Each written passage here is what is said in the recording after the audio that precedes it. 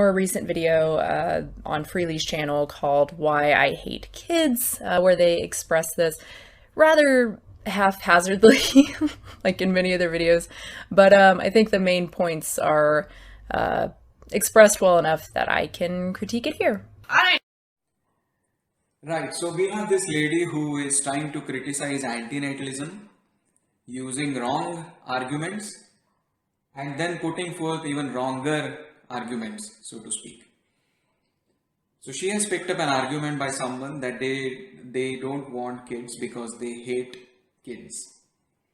And she is saying that hating kids is wrong, so antinatalism is wrong. Now you would know that anyone who does not eat meat just because he or she hates meat does not make him or her vegan automatically. Similarly, if there is someone who does not want to have kids just because he or she hates kids or wants more money or wants to do something else with their time, they are just child free. They are not antinatalists. Similar in the way, the non-meat eating person is just a plant-based person, not really a vegan. You have to have, for you to be a vegan or for you to be an antinatalist, you should be having deeper moral reasons for that, deeper rational reasons for that. So using an argument against hating kids for antinatalism just doesn't cut the ice. Your arguments, as well as the people who use hating kids as an argument for pronatalism, are irrelevant, do not make sense, are not about antinatalism, and so it is not a criticism on antinatalism.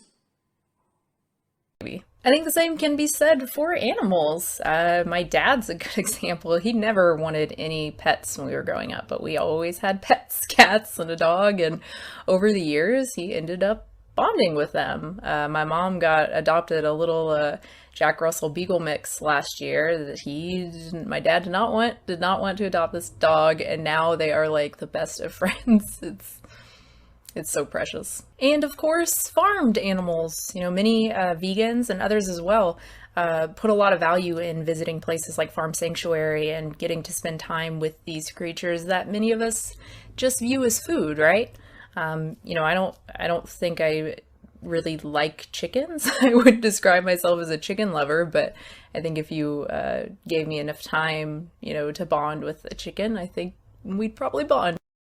Then she talks about a case of pets, that her dad didn't like pets, but then when they had pets, he started liking them.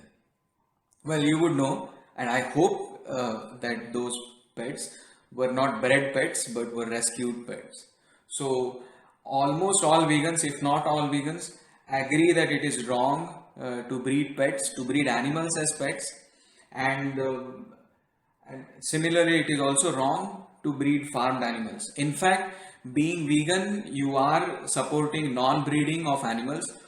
Most farmers put an argument saying that meat industry is the reason why these animals at least get a chance to exist.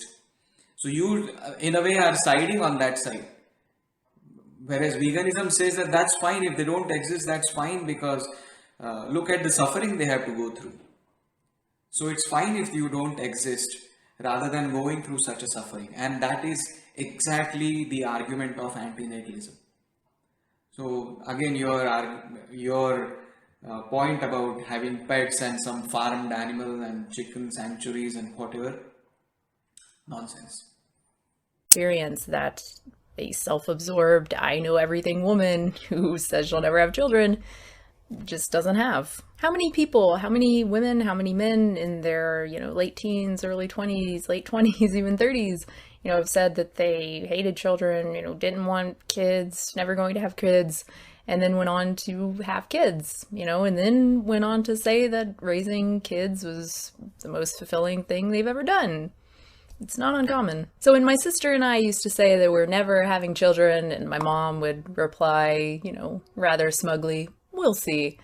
I get it now. And my sister, mother of two, she certainly gets it.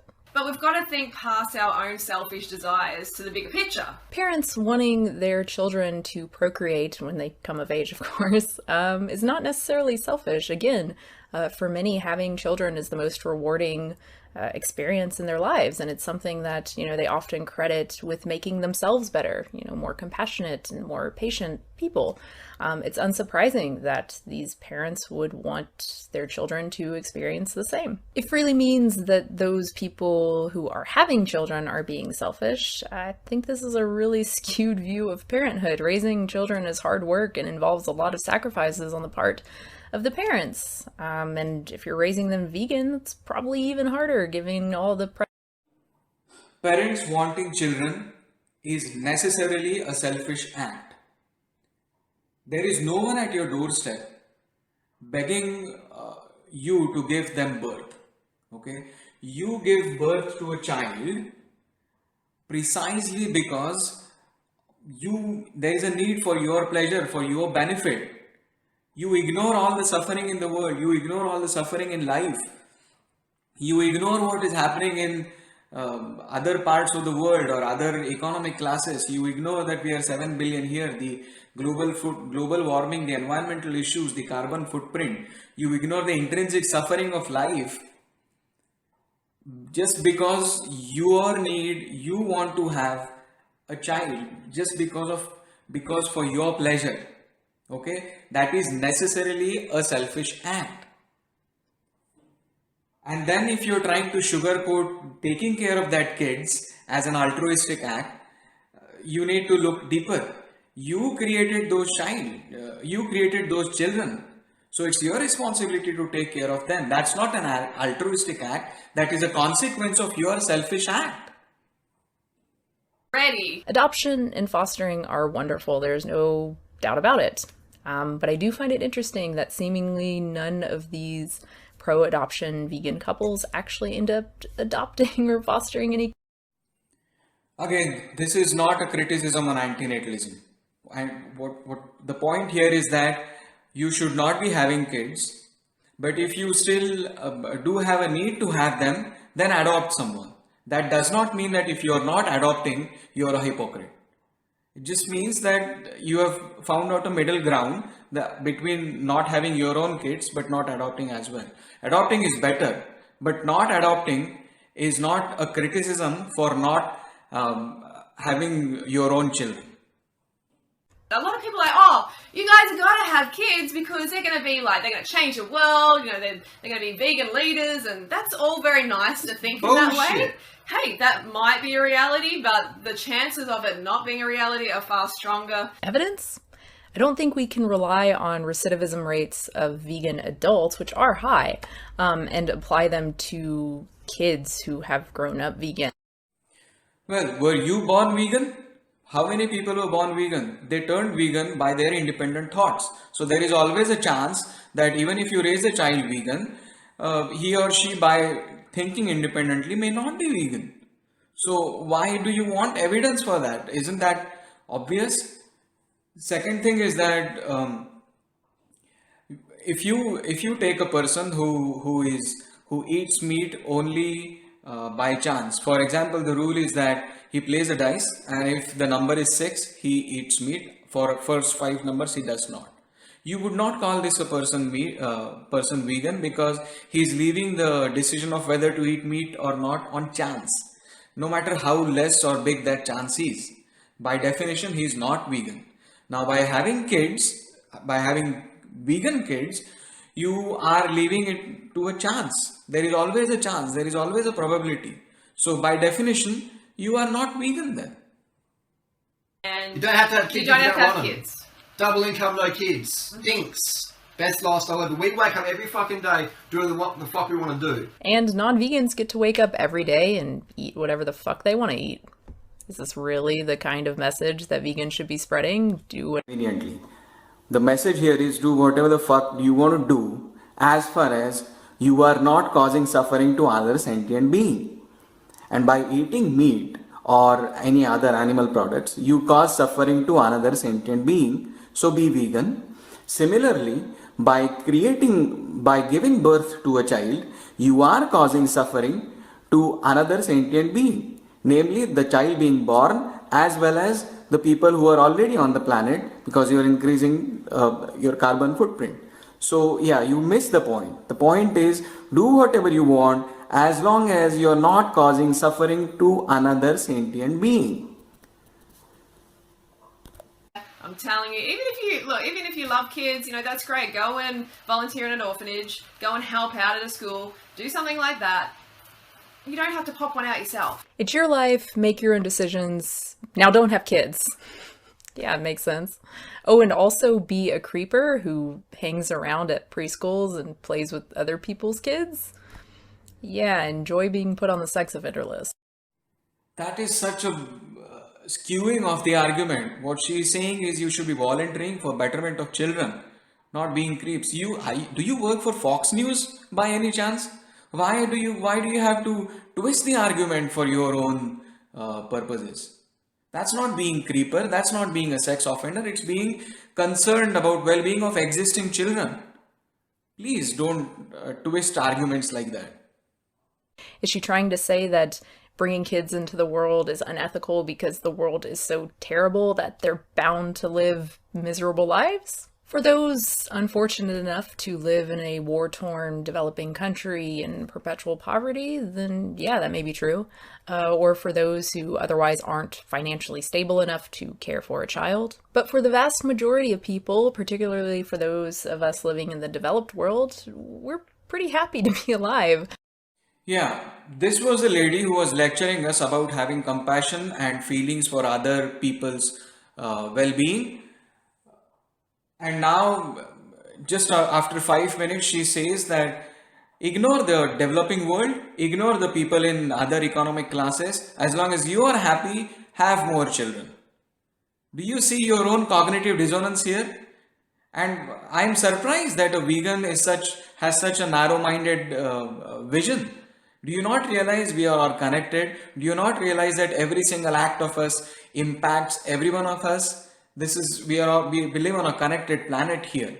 Okay, it is not about third world and first world.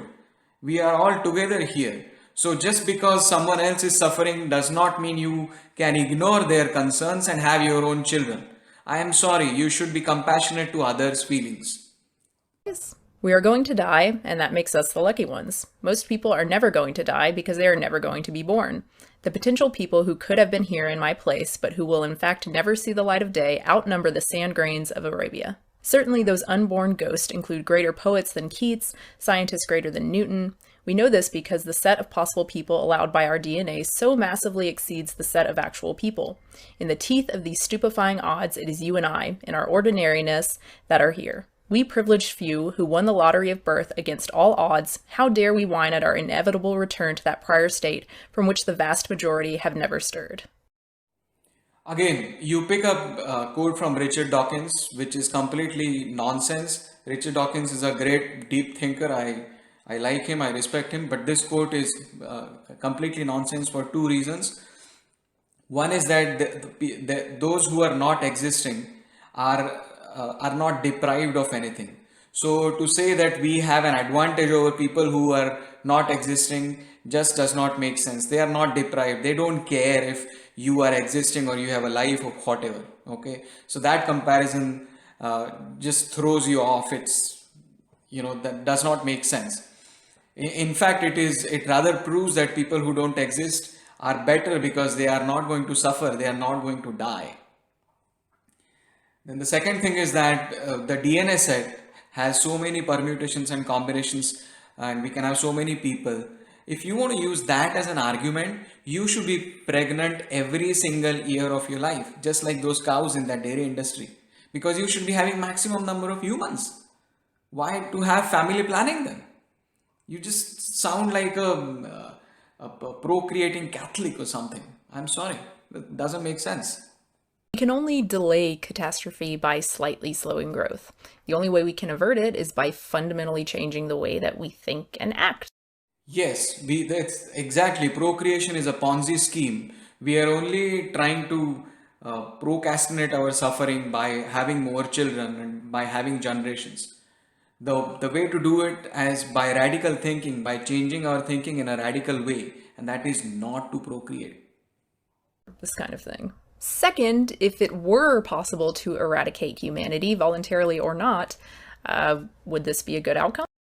Again, you are confusing here the terms of antinatalism, voluntary human extinction movement, and aphilism. I have made another video which explains the difference between antinatalism, voluntary human extinction movement, and aphilism. And voluntary human extinction movement is a narrow-minded wrong idea, whereas antinatalism and aphilism really stand the ground. So have a look at that video, which will defeat all your nonsensical arguments. Relative to the norm. So to summarize, you have not criticized antinatalism at all. All you have criticized is child freedom, and rest of your arguments did not make any sense. If you want really to understand antinatalism, I would put a link to book by David Benetter. Go through it, understand what antinatalism is saying before you try to criticize it. Okay? Thank you.